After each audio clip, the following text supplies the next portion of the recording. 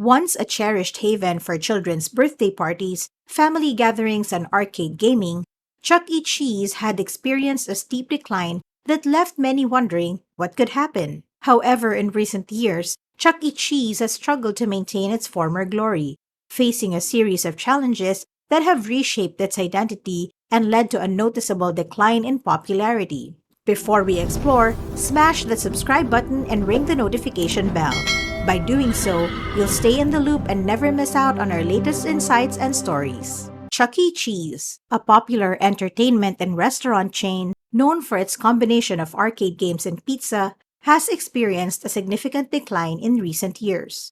In 2019, it was reported that 56% of their revenue stemmed from entertainment and merchandise, while the remaining 44% was generated from food and refreshments. This allocation was strategically chosen as they prioritized selling entertainment and merchandise due to the more favorable profit margins associated with these products. Their primary target audience is families with children aged 2 to 12, particularly for hosting memorable birthday parties. Approximately 16% of their earnings were attributed to booked birthday party packages. Their establishments are notably more spacious than a typical pizza place, boasting a seating capacity for over 400 patrons. Additionally, they offer a diverse range of entertainment options featuring around 75 games, rides, and attractions, including the exciting Ticket Blaster experience. The insolvency is merely the most recent addition to quite a dynamic past.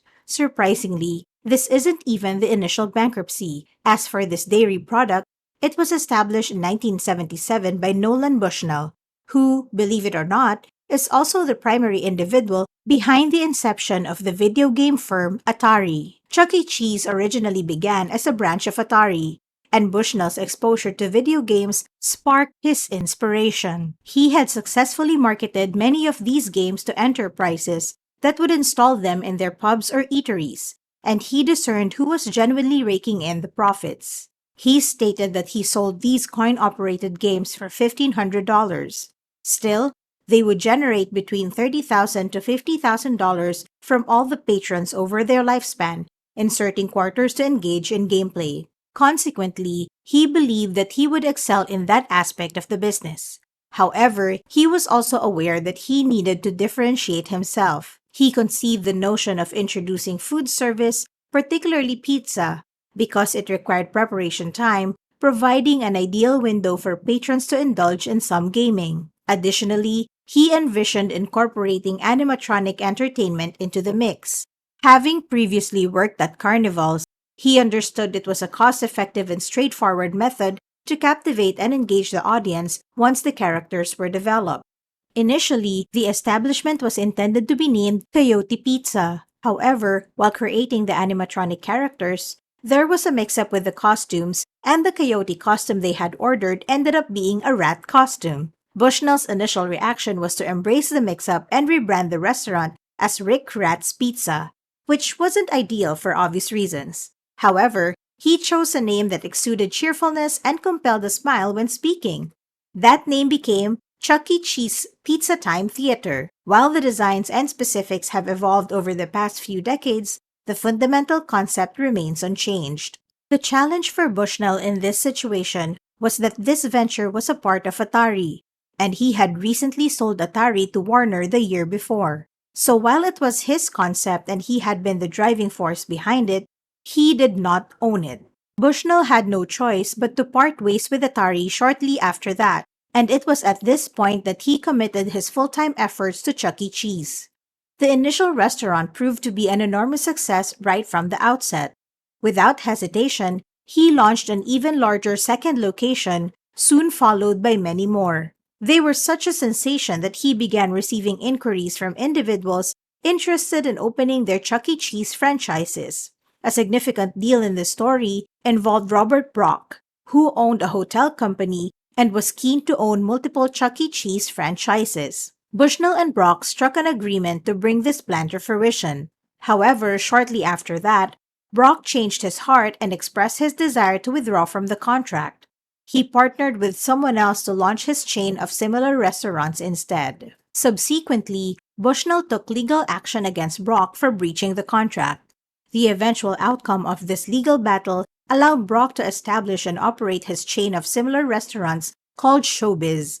However, as part of the settlement, he had to allocate a small percentage of the sales to Bushnell. Throughout the first half of the 1980s, the two companies engaged in fierce competition, expanding their operations as rapidly as possible. They found themselves accumulating debt as they pushed to keep pace with each other's growth. In 1984, a significant shift occurred. During the 1980s, when a new Chuck E. Cheese location opened in your town, it was a novel and unprecedented experience.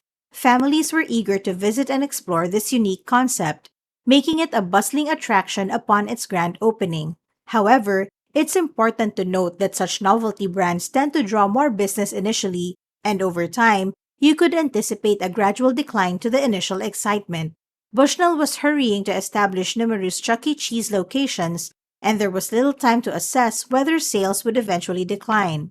As a result, he was opening new outlets based on incomplete or uncertain data, which unfortunately resulted in many establishments being situated in less than ideal locations. They incurred substantial debt to launch dozens of restaurants, many strategically placed in poorly chosen areas. Unfortunately, this expansion occurred just before people started losing interest in the core of their business. Due to the poor sales, Chuck E. Cheese found it impossible to manage the substantial debt load, ultimately leading to their declaration of bankruptcy. Regrettably, this bankruptcy marked the conclusion of the original chain. In contrast, Showbiz was able to weather the storm. They successfully refinanced their loans and sold off approximately 15% of the company to generate the necessary funds to stay afloat. Not only did they manage to survive, but they also managed to amass a staggering $35 million to acquire the assets of Chuck E. Cheese during its bankruptcy proceedings. This unexpected turn of events is a remarkable twist in the story. The copycat eventually surpassed the originator. Consequently, the outcome was a significantly more enormous corporation that either possessed or franchised nearly 250 eateries named Showbiz and Chuck E. Cheese.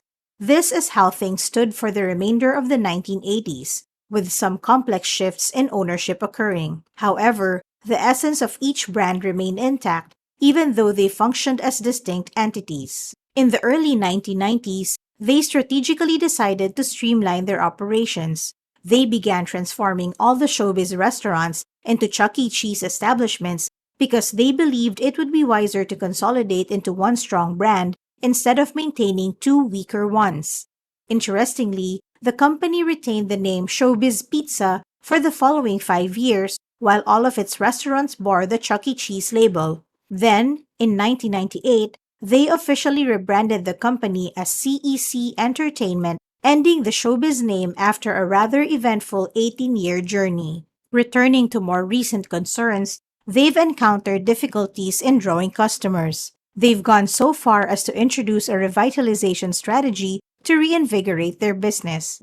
One of the key aspects of this strategy involves catering to more parents. Historically, parents haven't been particularly fond of this establishment, mainly due to the potential for chaos. Therefore, they've been exerting considerable effort to tailor their marketing efforts towards parents and adjusted their menu to include items that would appeal to them.